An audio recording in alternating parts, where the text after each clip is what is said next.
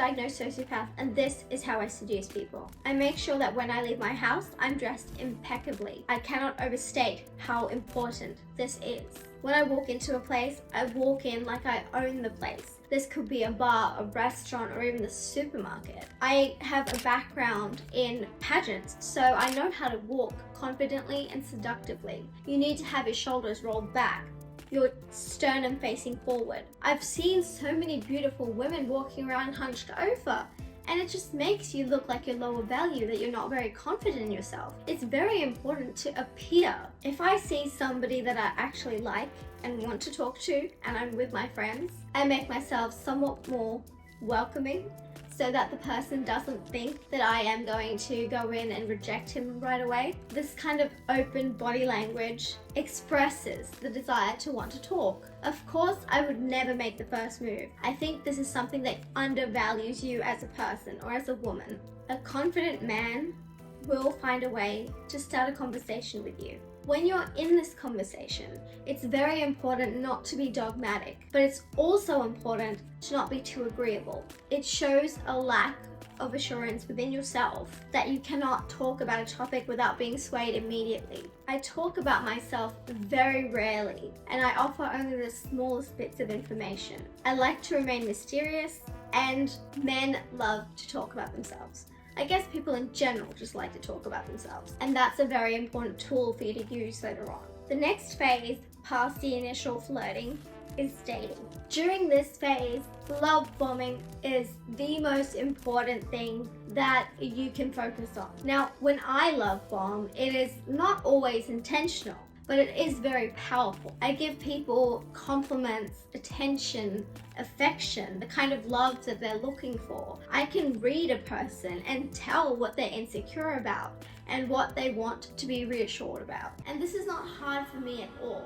Love bombing is a stage where you send messages, you call each other, you spend so much time together. Their dopamine is through the roof because of all of the compliments that they're getting. Such a fabulous time for them because it feels like they're the most interesting person in the world. And we make sure you feel that you are the most interesting person in the world. And I've never felt like this about anybody else. The goal here is to release dopamine. You want this person to feel incredible every time they're around you and every time they speak to you. The next step is false promises. So I've made a lot of promises that I had no intentions of carrying out. Don't know the extent of all of them because there have been so many, but the most common was offering lavish vacations, that I would fly them out and we'd go to a really stunning resort or hotel. Of course, I had no intentions of doing this.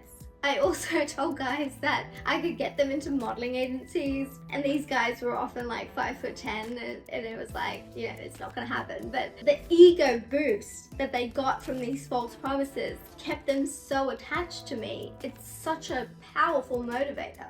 Now, once you're past the false promises, you need to start future faking. This one is fun and something that also I have done with pretty much everybody. Guys have told me that they want to marry me and that they want to have children with me and move into a house in the suburbs, and they have made tangible plans to do this. This is not just once, by the way. Occasion that I'm talking about, there was a guy and I was dating him briefly. I had no intentions of dating him seriously because I go for a specific type and he just wasn't it. He kind of forcibly made me meet his parents. We went to his home. He needed to go pick something up and I was like, okay, sure. Anyway, so we get in and his parents are right there. And so I've met the family and we're making plans to move in together and, you know, start a family soon. I blocked and deleted him the next day. I've done this so many times. Future faking gets people so invested and attached, and that's exactly what you want for your next stage. For those I don't block and delete, I leave the door partially open and play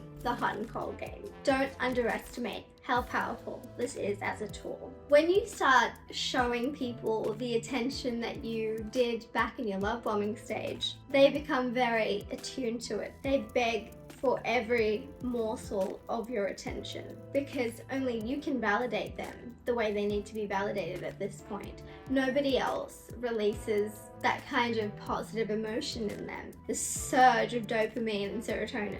This is directly from their interactions with you. Now, you turn this off. They will be crawling desperately to get that back. They will take any sliver of it, the tiniest amount, will make them satisfied. And this is how you get them attached to you and lower their value. They will inherently believe that they're lower value than you because you're the one who's in control of how much attention is being shared. At this point, you might develop a few stalkers or two. I mean, I think it's happened to me pretty frequently. And there's another guy that I was dating. I won't say his name. I accidentally broke up with him on his birthday. And so he was parked outside my house for multiple hours and he refused to leave until I came out to talk to him. Safe to say, I never went out to talk to him and he eventually had to drive home.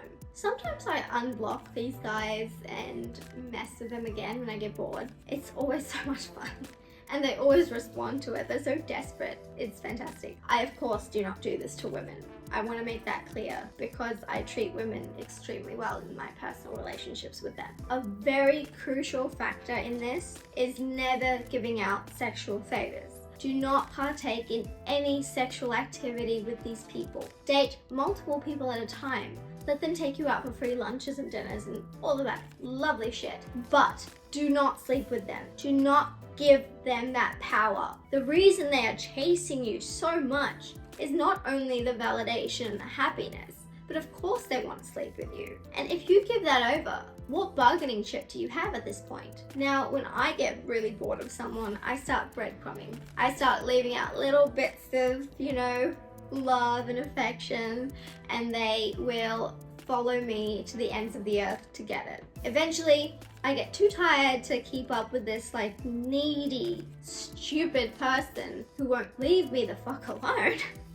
And I discard. I will cut off all contact and they will be like, she just vanished into thin air, which I often do. And now you may think that I'm evil for how I behave, and I'm not going to blame my personality disorder for what I do because we've talked about accountability on this channel. I am accountable for the things that I do. I cannot blame it on ASPD. I may have a predisposition to it, but I actively make those choices where I was before.